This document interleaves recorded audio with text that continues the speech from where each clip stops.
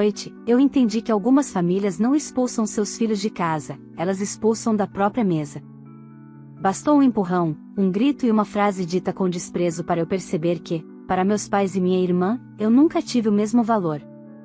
O que eles não sabiam é que aquela humilhação pública não me quebrou, que ela me despertou. Saí daquele jantar em silêncio, mas com algo muito claro na cabeça: eu não voltaria a ocupar um lugar onde precisei implorar para existir.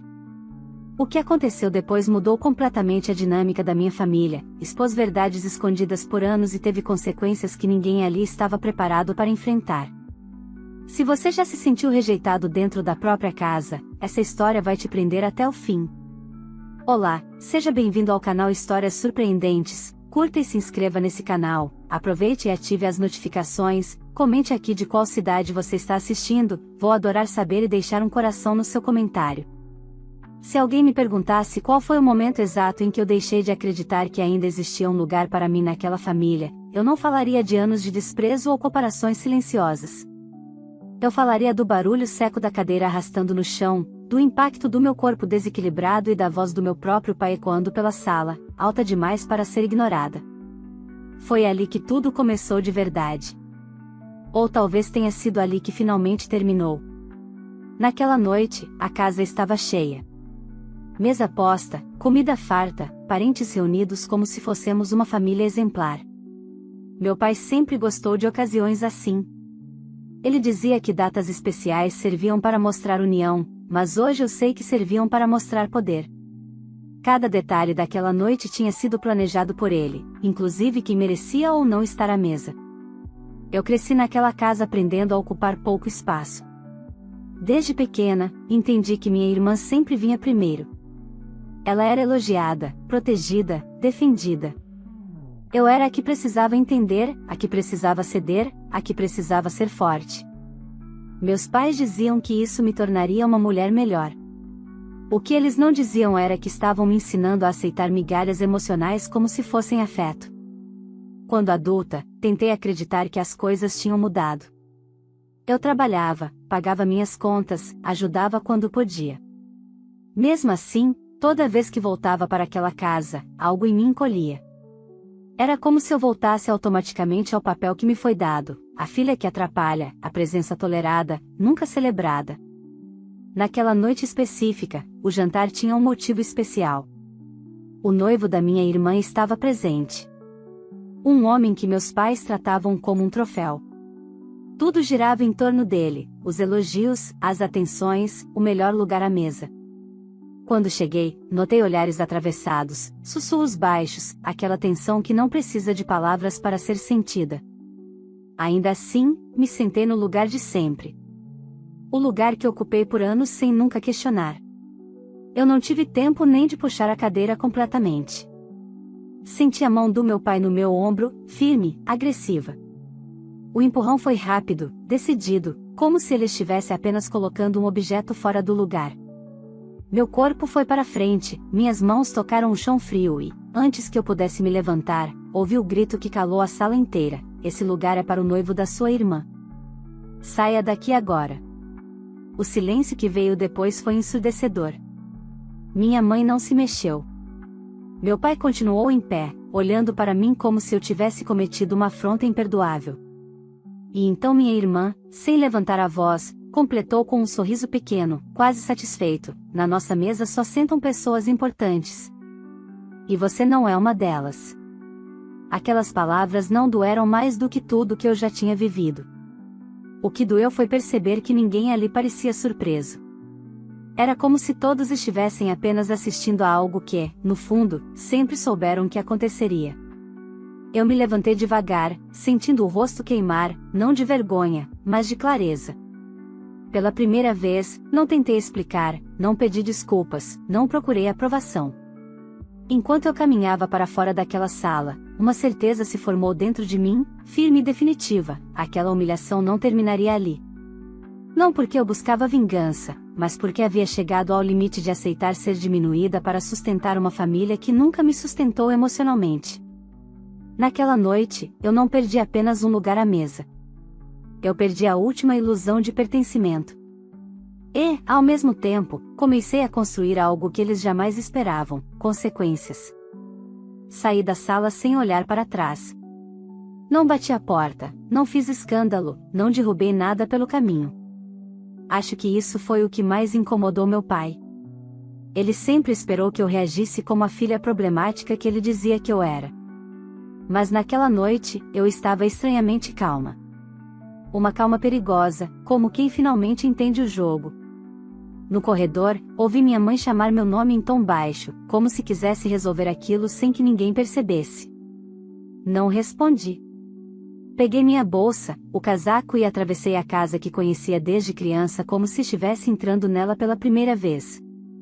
Tudo parecia igual: os quadros, o cheiro da comida, a iluminação quente, e ainda assim nada me pertencia mais. Do lado de fora, o ar frio da noite me atingiu o rosto. Entrei no carro e fiquei alguns segundos com as mãos paradas no volante. Não chorei. Em vez disso, uma sequência de lembranças começou a se organizar na minha mente, como peças que finalmente se encaixavam. Pequenos episódios que eu sempre minimizei, decisões tomadas sem me consultar, favores exigidos como obrigação, silêncios estratégicos quando eu precisava de apoio. O celular começou a vibrar quase imediatamente. Primeiro minha mãe. Ignorei. Depois minha irmã. Ignorei também. Em seguida, meu pai. O nome dele iluminando a tela me causou algo novo: indiferença. Desliguei o telefone e liguei o carro. Dirigi sem destino por quase meia hora, até parar em frente ao meu próprio apartamento. Um lugar simples, alugado, pago com o meu esforço. Ali, pela primeira vez naquela noite, senti algo parecido com segurança. Entrei, larguei a bolsa no sofá e me sentei no escuro, apenas ouvindo o barulho distante da cidade. Foi então que percebi algo que me fez rir sozinha, um riso curto, sem humor. Durante anos, meus pais insistiram que eu precisava deles. Que eu não daria conta sozinha. Que minha irmã era mais preparada para a vida. E ainda assim, naquele momento, eu era a única que tinha para onde ir sem pedir permissão. As mensagens começaram a chegar em sequência. Minha mãe dizia que eu tinha exagerado. Que meu pai estava nervoso. Que aquele jantar era importante. Minha irmã foi mais direta, disse que eu sempre estragava tudo, que eu precisava aprender meu lugar. Meu pai, por fim, deixou um áudio curto, ríspido, dizendo que conversaríamos quando eu estivesse mais calma. Ouvi o áudio uma única vez. Não respondi. Em vez disso, levantei e fui até um armário onde guardava uma pasta antiga. Ali estavam documentos que eu havia organizado ao longo dos anos a pedido da minha mãe: contas, contratos, comprovantes. Sempre fui boa com essas coisas, como ela dizia. O que ninguém parecia perceber era que eu também era boa em observar. Espalhei os papéis sobre a mesa. Conforme fui folheando, um padrão começou a se formar com uma clareza desconfortável. Despesas altas no nome da minha mãe. Empréstimos que ela dizia não lembrar de ter feito.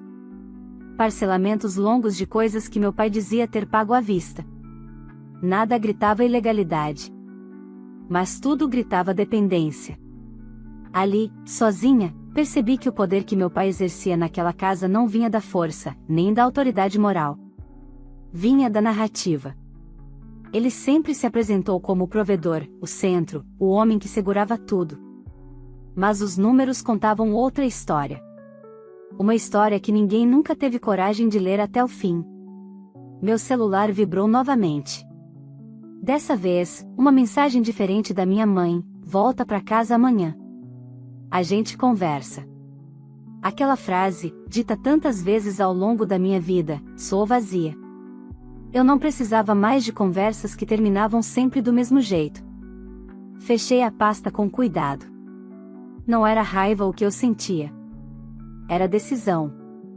Pela primeira vez, eu não queria ser ouvida. Eu queria que eles entendessem. E entendimento, eu sabia, não viria com pedidos, mas com fatos. Naquela noite, dormi pouco. Mas quando acordei, algo tinha mudado de lugar dentro de mim.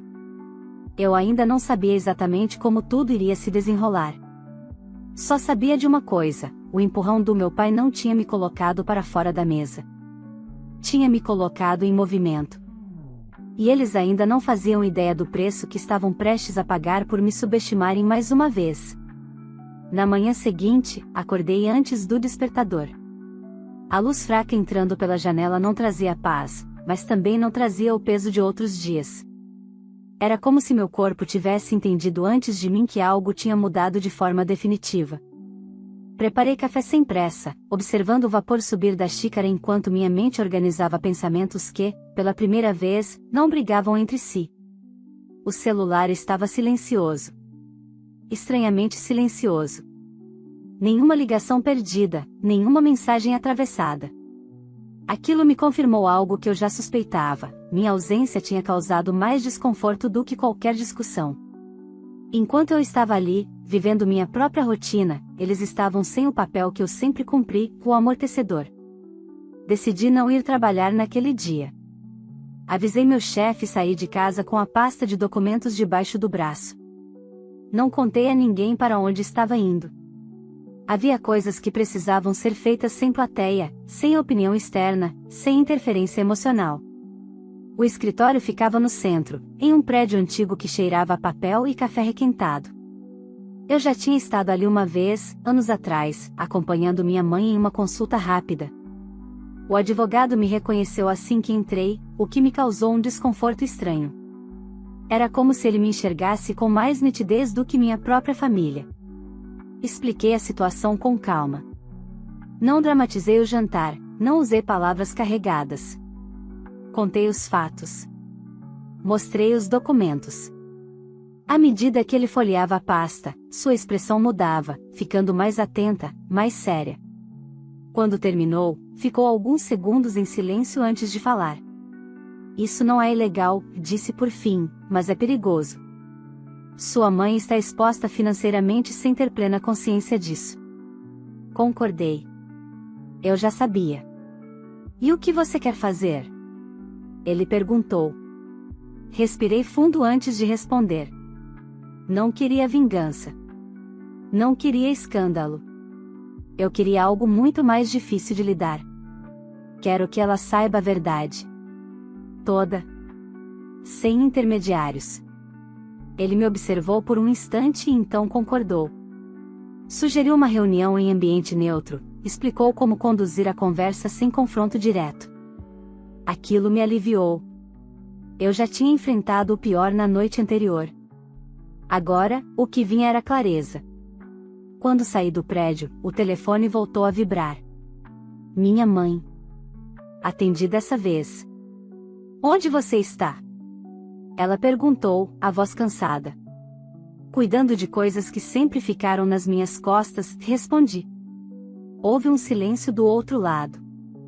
Ela tentou suavizar o tom, disse que meu pai estava nervoso, que minha irmã estava magoada, que o noivo tinha ficado constrangido. Não pediu desculpas. Falou de todos, menos de mim.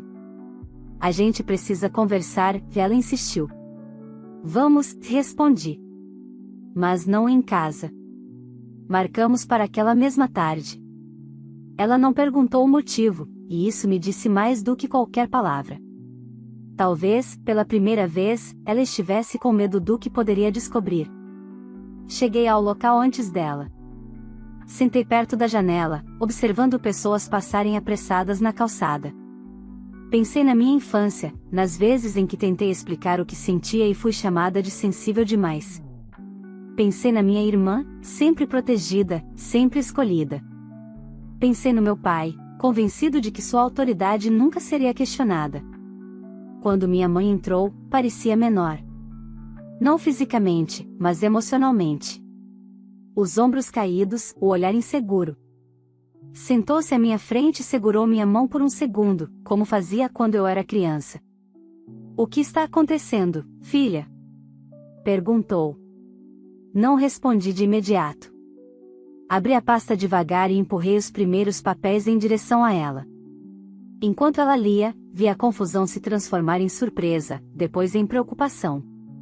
Cada página parecia arrancar um pedaço da segurança que ela achava que tinha. Eu não sabia disso, murmurou.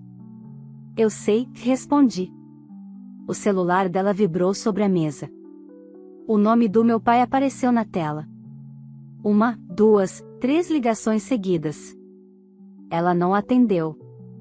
Naquele momento, eu soube que algo tinha sido rompido. Ainda não quebrado, mas trincado o suficiente para nunca mais voltar a ser como antes. E isso era só o começo. Minha mãe leu os papéis em silêncio, passando de um para outro como se estivesse tentando acordar de um sonho ruim. Eu reconhecia aquele olhar. Era o mesmo que ela fazia quando algo não se encaixava, mas ainda assim insistia em acreditar que alguém explicaria tudo depois. Só que, dessa vez, não havia explicação confortável esperando no final. Isso tudo está no meu nome, ela murmurou, quase para si mesma. Está, respondi. Há anos. Ela levou a mão à testa, fechando os olhos por alguns segundos. Quando abriu, parecia mais cansada do que eu jamais tinha visto. Não era apenas cansaço físico. Era o peso de perceber que havia vivido uma realidade cuidadosamente editada. O celular voltou a vibrar. Meu pai, de novo. Ela virou o aparelho para baixo, como se aquele gesto simples pudesse silenciar tudo o que ele representava. Foi a primeira vez que vi minha mãe escolher não atender. Ele sempre disse que cuidava de tudo, falou, a voz baixa. Eu confiava. Confiar não é erro, respondi. O erro é o que fazem com essa confiança. Ela concordou devagar. Pela primeira vez, não tentou justificar, não tentou suavizar. Apenas ficou ali, encarando os números, as datas, os valores que tinham sustentado uma mentira confortável por tempo demais. Saímos do café juntas. Do lado de fora, o fim de tarde trazia um vento frio que fazia arder os olhos. Caminhamos alguns metros em silêncio até ela parar de repente. Eu não posso voltar para casa hoje, disse. Olhei para ela, surpresa. Não para lá, completou. Vou para a casa da sua tia. Só, preciso pensar. Aquelas palavras ecoaram dentro de mim de uma forma inesperada. Durante anos, eu esperei que ela escolhesse me ouvir. Nunca imaginei que escolheria se afastar dele primeiro. Não senti vitória. Senti algo mais delicado, alívio misturado com medo. Mudanças reais nunca são confortáveis. Nos despedimos ali mesmo. Observei enquanto ela se afastava, passos lentos, como alguém reaprendendo a andar. Pela primeira vez, não senti vontade de correr atrás para consertar nada. No caminho de volta para casa, meu telefone começou a tocar sem parar. Meu pai. Minha irmã. Depois mensagens longas, cheias de acusações mal disfarçadas de preocupação. Meu pai dizia que eu estava manipulando minha mãe. Minha irmã escreveu que eu sempre tive inveja da vida dela e que agora estava tentando destruir tudo. Li tudo com atenção. Não respondi nenhuma. À noite, o noivo da minha irmã apareceu inesperadamente no meu prédio. Eu não tinha avisado o porteiro para barrar visitas. Quando ouvi a campainha, soube imediatamente quem era. Abri a porta com um corpo tenso, mas a mente estranhamente firme. Eu só queria conversar, disse ele, sem entrar. Sobre o quê? Perguntei. Sobre o clima que você criou, respondeu. Você colocou todo mundo em uma situação difícil. Sorri de canto. Não por deboche, mas por clareza. Eu não criei nada, disse. Só parei de fingir que não existia. Ele tentou argumentar, disse que eu precisava pensar na família, no futuro da minha irmã, no impacto daquilo tudo. Ouvi até o fim. Quando terminou, respondi com calma, pela primeira vez eu estou pensando em mim. Ele saiu visivelmente irritado. Fechei a porta sentindo o coração bater forte, mas não de medo. Era a adrenalina de quem finalmente sustenta a própria posição. No dia seguinte, descobri que meu pai tinha faltado ao trabalho. Pela primeira vez em anos. Minha irmã postou fotos antigas nas redes sociais com legendas sobre família e união. Minha mãe não apareceu em nenhuma delas. As peças estavam se movendo. Lentamente, mas de forma irreversível. Eu sabia que o pior ainda não tinha vindo.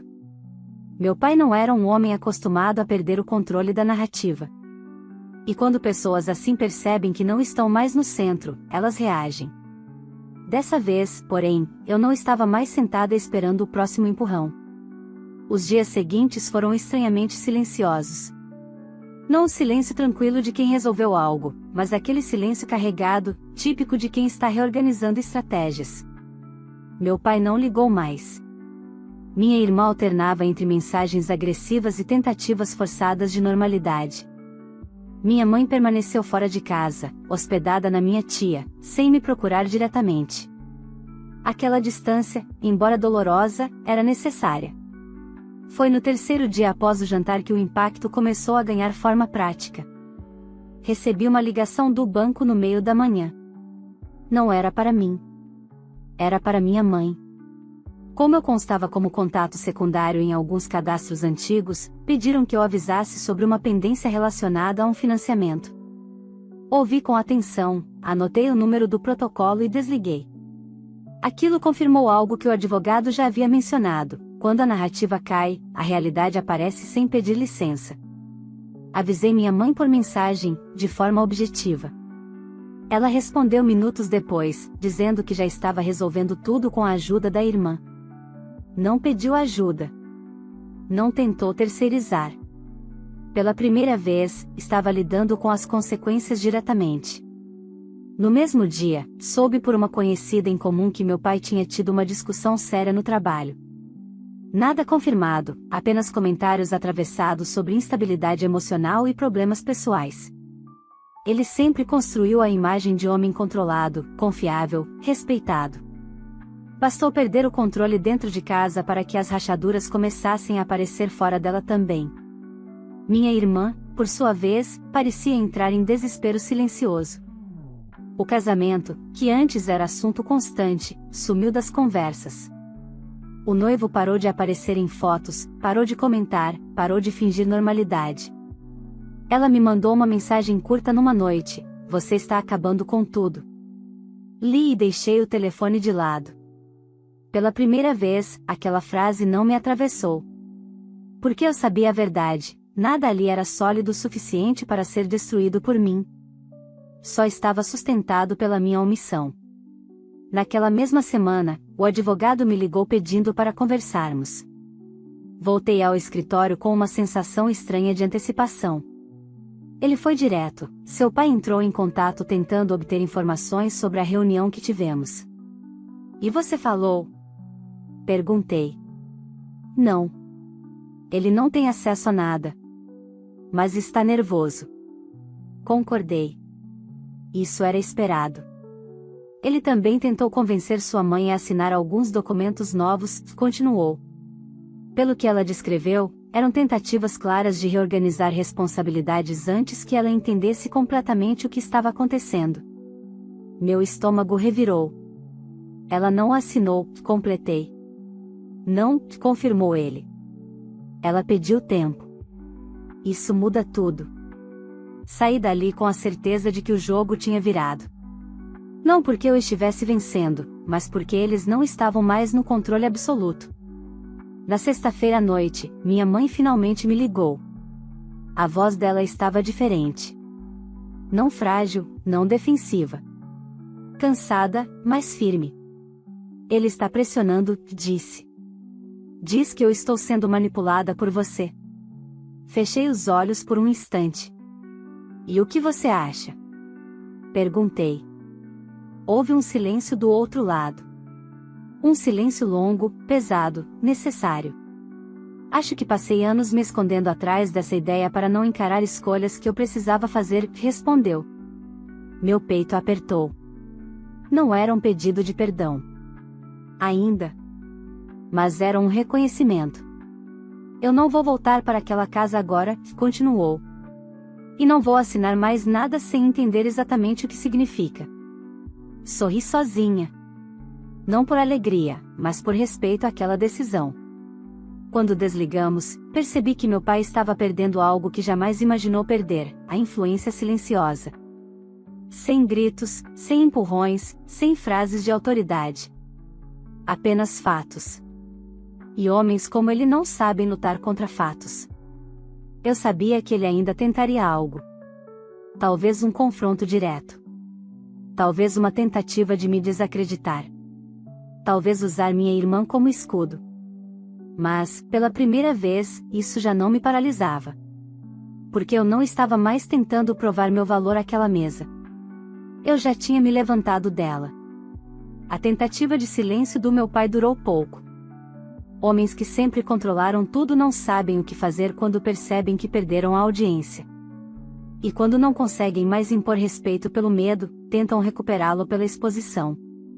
Foi numa manhã de segunda-feira que isso ficou claro. Cheguei ao trabalho e notei olhares diferentes. Não hostis, mas curiosos. Cochichos mal disfarçados. Antes do almoço, uma colega se aproximou e perguntou, com cautela excessiva, se estava tudo bem na minha família. Aquela pergunta não vinha do nada. Abri as redes sociais no intervalo e entendi rapidamente. Minha irmã tinha feito uma publicação longa, cuidadosamente escrita, falando sobre ingratidão, filhos que se voltam contra os próprios pais e pessoas que destroem a família por ressentimento. Não citava nomes, mas não precisava. Comentários de apoio surgiam em sequência. Primos distantes, conhecidos da família, gente que nunca perguntou como eu estava, mas agora se sentia à vontade para opinar. Não respondi. Não corrigi. Não me defendi. Porque aquela narrativa também tinha prazo de validade. No fim da tarde, recebi uma ligação da minha mãe. A voz dela estava mais firme do que nunca. Ele tentou me expor hoje, disse. Disse que você está me manipulando, que eu estou fraca, que vou me arrepender. Respirei fundo. E você? Eu pedi que ele parasse, respondeu. Pela primeira vez. Fiquei em silêncio, deixando aquilo assentar. E ele não parou, continuou. Então eu fiz algo que nunca tinha feito. Meu coração acelerou. O que? Liguei para o banco sozinha. Pedi extratos completos. Bloqueei autorizações. Pedi revisão de tudo. Senti um nó na garganta. Não de tristeza. De reconhecimento. Ele ficou furioso, ela disse. Gritou. Disse que eu estava destruindo o casamento. E você? Eu disse que o casamento já estava destruído há muito tempo. Só não era eu quem estava pagando o preço sozinha agora. Quando desligamos, fiquei sentada por longos minutos, encarando a tela apagada do celular. Aquela conversa marcava algo irreversível. Não havia mais como voltar ao papel antigo. Naquela noite, meu pai apareceu no meu prédio. Não avisou. Não ligou. Simplesmente apareceu. O porteiro interfonou perguntando se eu autorizava a entrada. Olhei para o telefone e senti o corpo inteiro se retesar. Por um segundo, pensei em negar. Mas entendi que aquela conversa precisava acontecer. Não para convencê-lo de nada, mas para encerrar algo dentro de mim. Autorizei. Ele subiu sozinho. Quando abriu a porta do elevador, parecia menor do que eu lembrava. Não fisicamente, mas no jeito. O homem que gritava à mesa agora evitava olhar diretamente nos meus olhos. Precisamos conversar, disse, tentando manter a voz firme. Fale, respondi, sem convidá-lo a entrar. Ele respirou fundo. Você passou dos limites, começou. Está envenenando sua mãe contra mim. Está acabando com sua irmã. Você sempre foi assim, criando problemas. Observei cada palavra, cada tentativa de reposicionar a culpa. Você me empurrou, respondi, calma. Me tirou da cadeira como se eu fosse nada. E agora está lidando com o que isso revelou. O rosto dele se contraiu. Aquilo foi um exagero, rebateu. Você sabe como eu fico nervoso. Eu sei, concordei. Fico nervoso quando perco o controle. Ele deu um passo à frente. Você vai se arrepender disso. Não recuei. Não, disse. Eu passei anos me arrependendo de ficar. Agora estou em paz por ter saído. Ele me encarou por alguns segundos, como se procurasse a antiga versão de mim, aquela que abaixava a cabeça. Não o encontrou. Sem dizer mais nada, virou-se e foi embora. Fechei a porta com as mãos tremendo. Não de medo, mas de descarga emocional. Sentei no chão da sala e respirei fundo até o corpo desacelerar. Naquela noite, entendi que ele tinha tentado tudo o que sabia fazer. Pressão, exposição, intimidação. E falhou. Restava apenas uma coisa: aceitar que o mundo não girava mais em torno dele. E essa aceitação, eu sabia, não seria fácil. Depois da visita do meu pai, nada voltou a ser como antes, e, pela primeira vez, isso não me assustou. O silêncio que se instalou não era mais ameaça, era confirmação. Ele não ligou novamente. Não tentou aparecer. Não pediu desculpas. Homens como ele não se desculpam quando perdem. Eles se retiram, esperando que o tempo apague o que não conseguiram controlar. Minha irmã tentou uma última investida alguns dias depois. Mandou uma mensagem longa, dramática, falando sobre como eu havia dividido a família, como nossa mãe estava fraca e confusa, como tudo poderia voltar ao normal se eu fosse adulta o suficiente para pedir desculpas. Li até o fim com atenção. Em outro tempo, aquelas palavras teriam me desmontado. Agora, soavam vazias.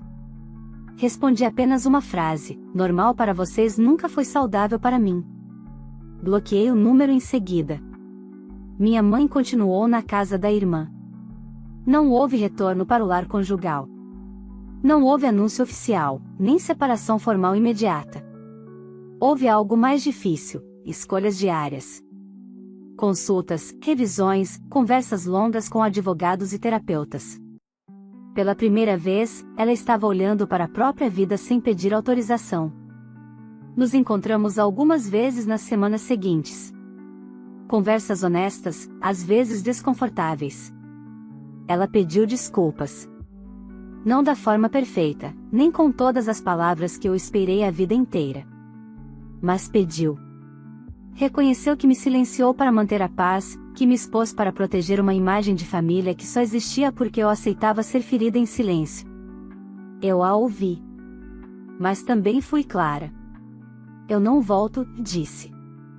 Não para aquela dinâmica. Não para aquele papel. Ela concordou. Acho que, no fundo, já sabia. Meu pai perdeu mais do que imaginava.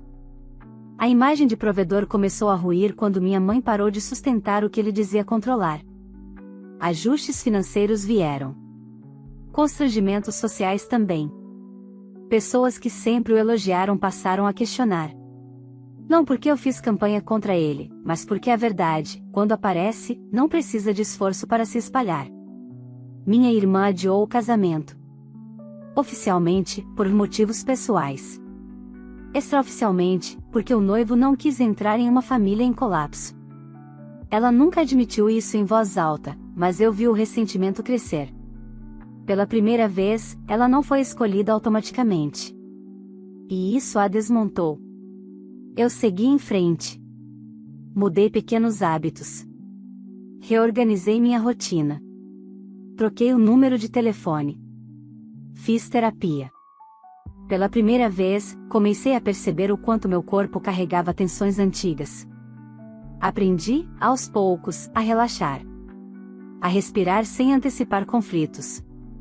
A sentar à mesa, qualquer mesa, sem medo de ser empurrada para fora. No último encontro que tive com minha mãe, ela me perguntou, com cuidado: você acha que um dia podemos ser uma família de novo? Pensei antes de responder. Não por raiva, mas por honestidade. Acho que podemos ser pessoas melhores, disse. Mas família, para mim, agora significa segurança. E isso eu estou construindo fora. Ela chorou. Eu não. Não porque eu fosse fria, mas porque finalmente estava inteira. Naquela noite de ação de graças, quando meu pai me empurrou da cadeira e minha irmã decretou que eu não era importante o suficiente para sentar à mesa, eles acreditaram que estavam me colocando no meu lugar. Estavam errados. Eles me empurraram para fora de uma estrutura que só existia porque eu aceitava ser diminuída. E, ao sair, descobri algo que nunca me foi permitido antes: dignidade não se negocia, pertencimento não se implora, e amor que exige humilhação não é amor. Eu não reatei laços. Não reconstruí pontes quebradas à força. Não voltei atrás. Eu segui em frente. E, pela primeira vez, sentei-me à mesa da minha própria vida, sem pedir licença, sem medo, sem ninguém para me empurrar. Se essa história tocou você de alguma forma, curta esse vídeo agora para que mais pessoas possam ouvir esse relato e se sentirem menos sozinhas. Se inscreva no canal para não perder nenhuma história como essa. Aqui sempre trazemos relatos reais e intensos sobre família, superação e escolhas difíceis. Agora eu quero saber de você: no lugar dessa filha, você teria feito o mesmo? Você teria se levantado da mesa e seguido em frente, mesmo sem reconciliação, ou tentaria mais uma vez manter a família unida? Conta pra mim nos comentários, sua opinião é muito importante. E aproveita para me dizer também, de qual cidade você está assistindo esse vídeo? Eu faço questão de ler os comentários e deixar um coração em cada um. Se essa história pode ajudar alguém, compartilhe com quem precisa ouvir que se escolher não é egoísmo, é sobrevivência.